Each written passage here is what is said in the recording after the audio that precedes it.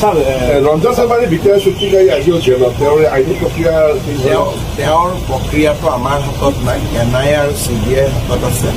কিন্তু তেওঁ বেটেলিয়নৰ কেম্পত আমি তেওঁক ভাল কৰি ৰাখিছোঁ।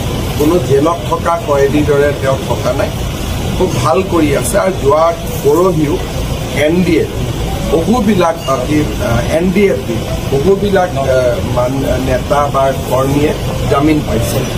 আৰু আমি দিল্লীৰ পৰা কেছ ঘূৰাই আনিছোঁ, যিটো কেতিয়াও অসমত হোৱা নাছিল। NIAৰ পৰা কেছ আমি উভতাই আনিছোঁ।